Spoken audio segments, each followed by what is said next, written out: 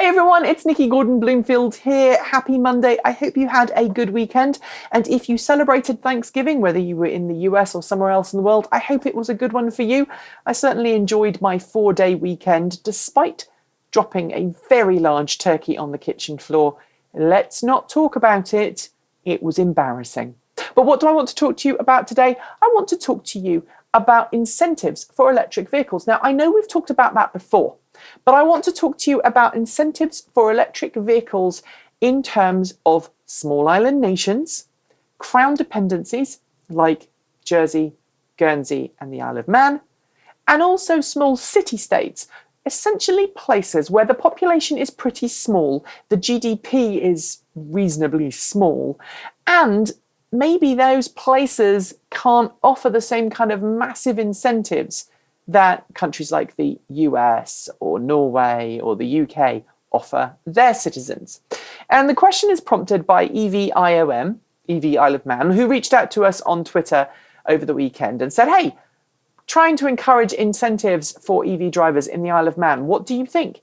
Which got me thinking, should countries that are very small, should crown dependencies that are very small in population, should city-states offer incentives like their bigger neighbours do, or should they be expected to offer smaller incentives? So instead of offering, say, £5,000 or $7,000 or $7,500 of incentives to buy a new car, maybe offer a quarter of that or an eighth of that.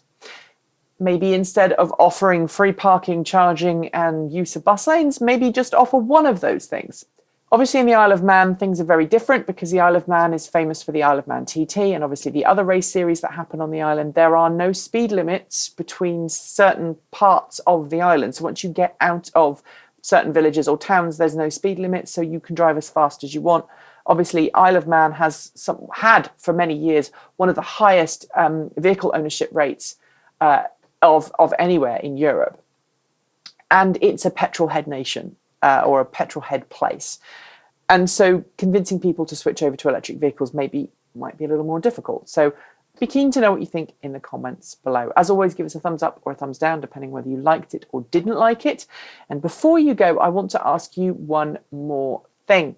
Transport Evolved over the last 6 months or so has been transitioning from doing mainly web-based written content to focusing on YouTube content.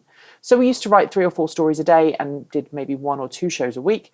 We've now switched, so we're doing 1 article a day, 2 articles a day, plus 1 video per day and a couple of extra videos somewhere in the week.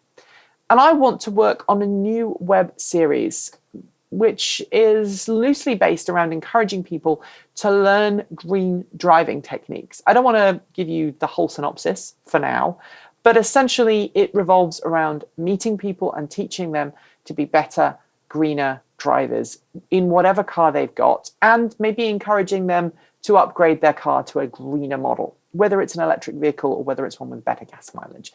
But this series is going to be filmed alongside all the other things we do at Transport Evolved. And it's going to need a little bit more funding than we're currently getting. So we're going to need travel to see the various people that we're going to feature in the show. We're also going to need to fund camera equipment, and we're going to need to fund the person behind the camera because I can't film and present at the same time, not easily. So my question to you is this: should we fund it through a Patreon style campaign, as we're already doing, add extra Patreon perks, and then get maybe people who give a certain amount get mentioned in the credits? Should we do it via corporate sponsorship? So find a car company or a tire company or a fuel company and get them to jump on board. Should we do it through a Kickstarter campaign and do a Kickstarter to get the camera equipment we need and maybe pay a camera person for the first season and then see where we go? Or do I just try and continue to do it on the back of me and push out very, very few episodes, maybe 1 every few months, as and when I have time to film them? Now, at the moment, those are the 4 options that are open to me, and that's how I'm thinking about it. I have a preference to go for one of those first 3 rather than the latter. I don't really want to have a corporate sponsor because I know several other people in the EV world, naming no names, you can probably think who I'm talking about, who has worked with corporate sponsors in the past and found it to be a pain in the butt. So, which leaves us Patreon or Kickstarter. So tell me what you think in the comments below. And I will be back tomorrow with another Transport Evolved Thought of the Day. But until then, I'm Nikki Gordon-Bloomfield and keep evolving.